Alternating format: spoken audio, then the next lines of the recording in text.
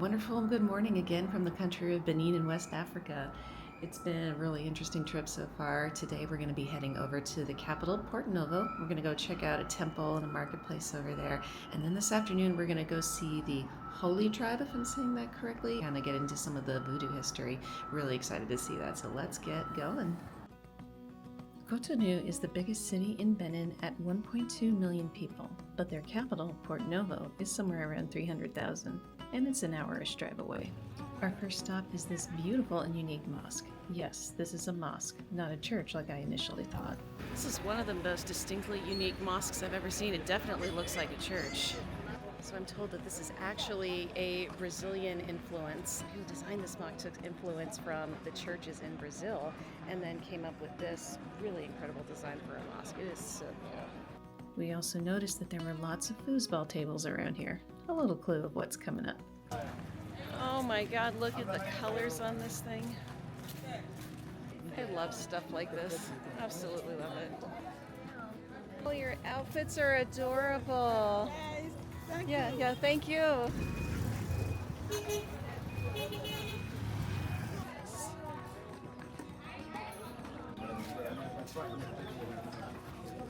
Remember those foosball tables? We got invited to play a couple rounds. Of course they whipped our tush.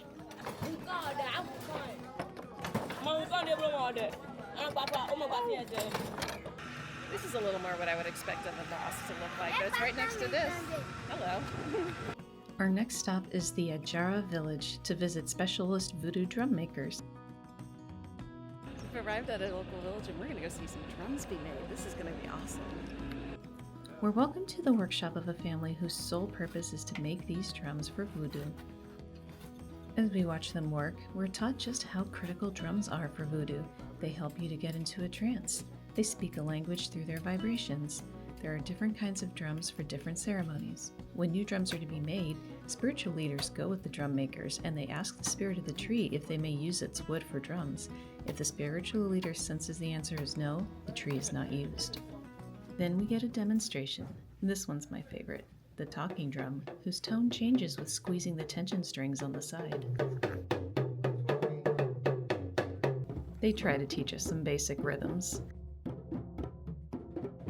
But then they show us how it's done.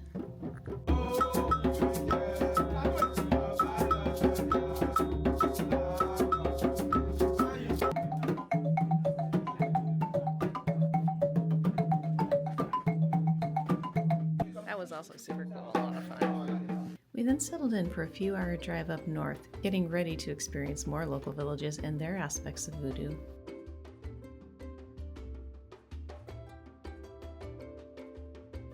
When we arrived, we were warmly welcomed by many adorable kiddos who just wanted to hold our hands. It's pretty cute. It's pretty cute. You see you? We are brought to the center of the village to experience a ceremony where they will be calling upon ancestors to bless the village as well as our journey.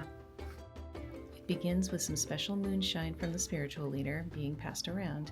We were discouraged from drinking it because the heavy minerals in it might be too hard on our stomachs because we're not used to it, but we could pour a little on the ground to show respect to the ancestors. And the ceremony began.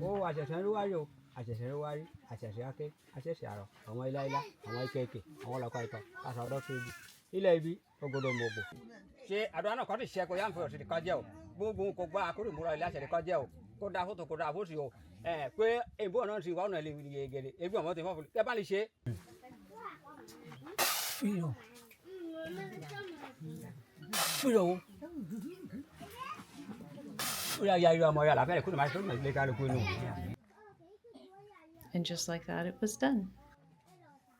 We're okay to check in here? Oh, okay. Oh, there's a kitchen in here.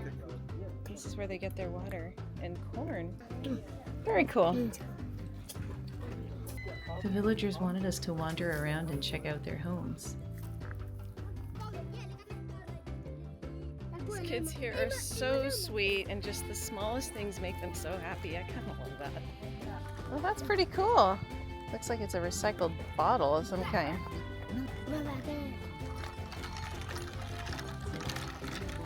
It's a fun little toy. Everywhere, people are smiling, being silly, and having a good time.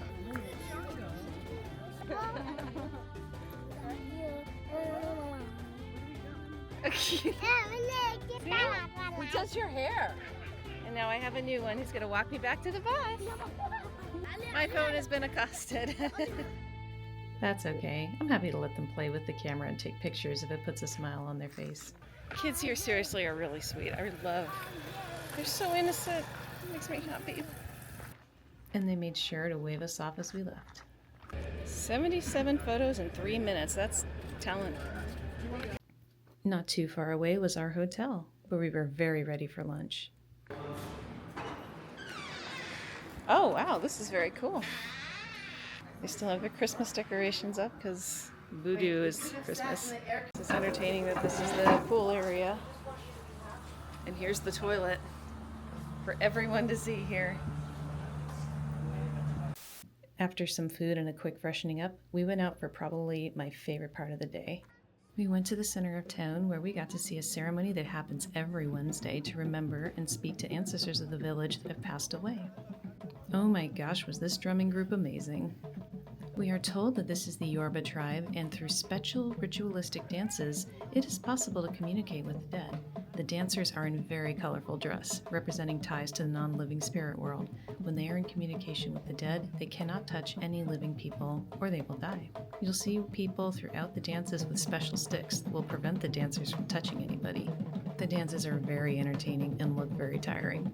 You'll know that there's a different drum cadence when the dancers are to be dancing or resting. Here's some clips of the highlights.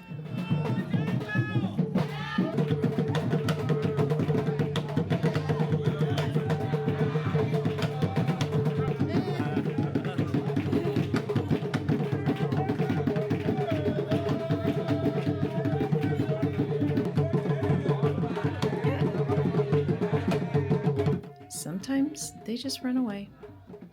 Or do this.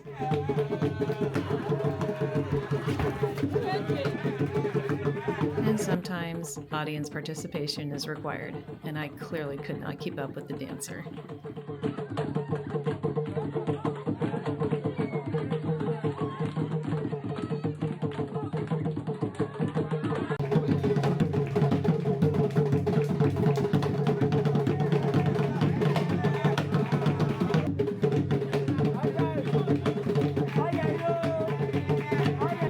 There's our protectors at work.